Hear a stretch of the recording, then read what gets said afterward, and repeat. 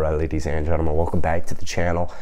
We have a Raptors-Cavs recap video for you guys. This was such a sloppy basketball game, dude. It was unreal. Toronto shot 39% from the field. They shot 25% from downtown. They shot 62% from the free throw line, which is, none of those are great. Cleveland, not much better on their side, 46%, 31% from downtown, and 65% from the free throw line. Both teams are missing a lot of critical players.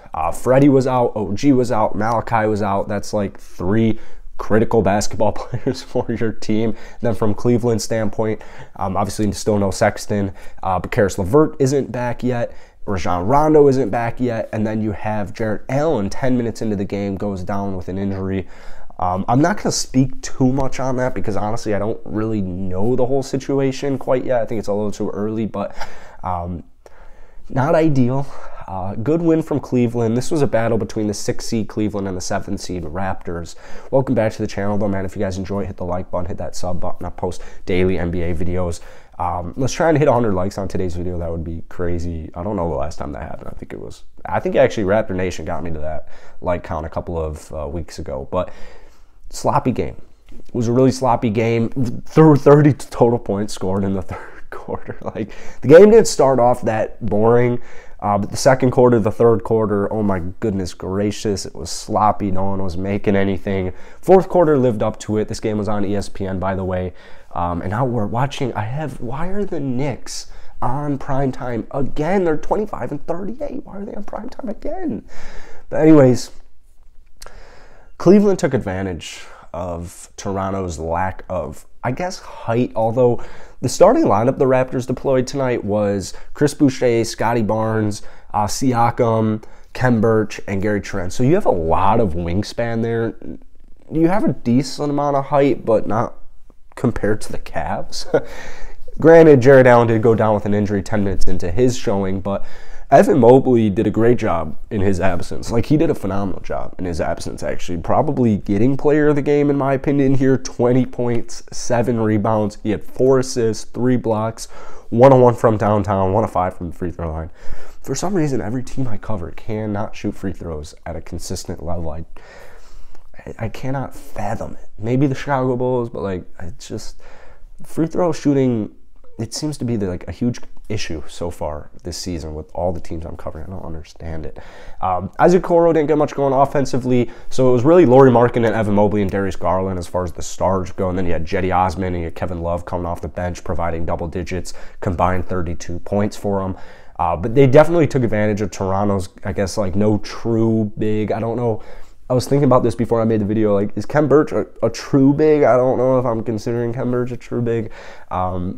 Maybe he technically is, but I don't know. I like Khem Birch, man, but I don't think this experiment's really worked. I'm hoping the Raptors kind of look to unload him and move on either to a new direction or to a more Precious Achiuwa direction. I don't know what route they're going to take, but I'm kind of hoping that they kind of ease off Khem Birch, which kind of sucks because I was huge on Khem Birch this season. I thought he was going to have a great year. I thought he was going to have a not bounce back year, but kind of like a breakthrough year almost. But Evan Mobley, 17 rebounds in absence of Jarrett Allen. One thing I want to touch on before I forget, first off, Kevin Love, 15-9, absolutely wonderful 3-5 from downtown. Cedi Osman played 32 minutes, kind of was like the guy to take over. Him and Kevin Love, kind of the guys to take over for Jarrett Allen when he went down. But Brandon Goodwin, I saw this guy drop a double-double not too long ago, and for some reason, he can't get minutes anymore. Like, I actually...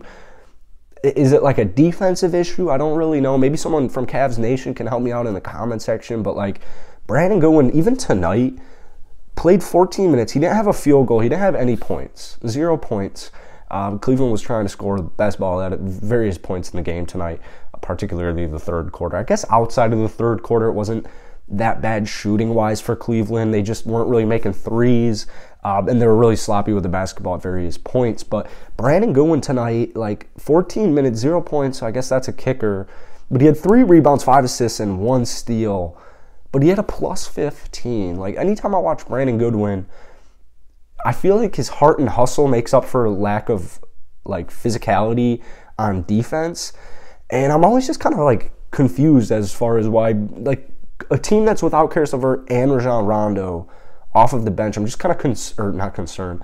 I'm just so confused as far as why like Darius is like the only guard that they're really like giving consistent solid minutes to. I understand Brandon, like I understand it, I guess, if I really think about it, because you know Brandon Goodwin hasn't been in the NBA for too long, or I guess he's been in it for a couple of years but hasn't really gotten that many opportunities. But I feel like for Cleveland he's been really solid for him. I feel like he's been relatively consistent, and I just feel like he deserves to play a little bit more.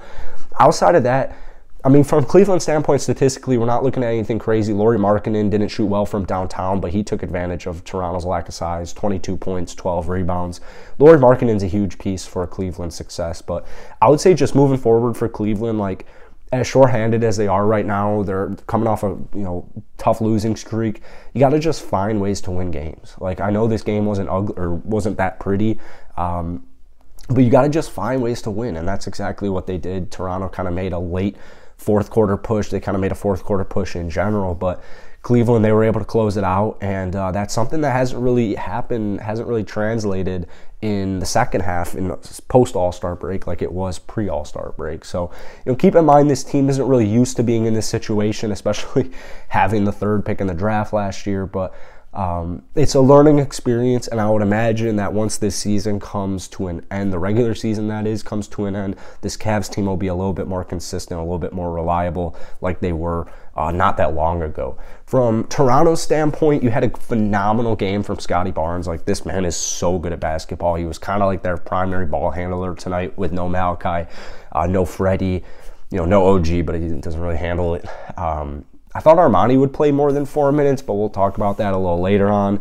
Delano Banton only 9 minutes. Like, I was actually kind of really surprised that they just kind of not forgot about guards, but they just kind of put it in the closet and forgot about it. I guess Gary Trent maybe counts. I don't know. But Scotty Barnes, phenomenal game from him. 19 points, 12 rebounds, 6 assists, being that ball handler, 3 steals, 8 of 14 from the field. Great game from Scotty Barnes. Toronto's kind of in that same position as Cleveland, where you're really shorthanded and you're also really young and you don't really have much of a bench. So any win, like, you got to kind of really fight for these wins. And when you're without 2 starters and Malachi Flynn, it makes it really difficult. And so this is this loss will sting for Toronto. The good news is Brooklyn is officially below 500, which is a crazy statement. They now have a 2.5 game lead ahead of that 8 seed, the Brooklyn Nets. So, Toronto, this was a tough loss because you're trying to climb into the top 6 to have a guaranteed shot at a 7-game series. And Cleveland's that 6 seed. Cleveland's that team you're trying to, catch up to. But 3-game losing streak. They've been 3 disgusting losses, if we're being honest here. Detroit, Orlando, and Cleveland's a good basketball team, but very short-handed as well. Toronto, they're just trying to get healthy right now. I would imagine they're just trying to get healthy. The good news is if you're actually playing Brooklyn, I mean, Brooklyn looks like a disaster right now. Granted, they lost today to Boston with Kyrie and KD. I guess Ben Simmons will be coming back probably in like 5 days when that game against Philadelphia is over, but if that's scaring him, if literally playing Philadelphia is scaring Ben Simmons that much, I don't think Toronto's all that worried. Toronto should be able to get in, even if they're in the play-in tournament, they should be able to squeeze their way into a 7-game series. That's really it for today, guys. If you enjoyed it, hit that like button, hit that subscribe button. As always, I got to pack for this flight tomorrow, and I'll see y'all tomorrow, man.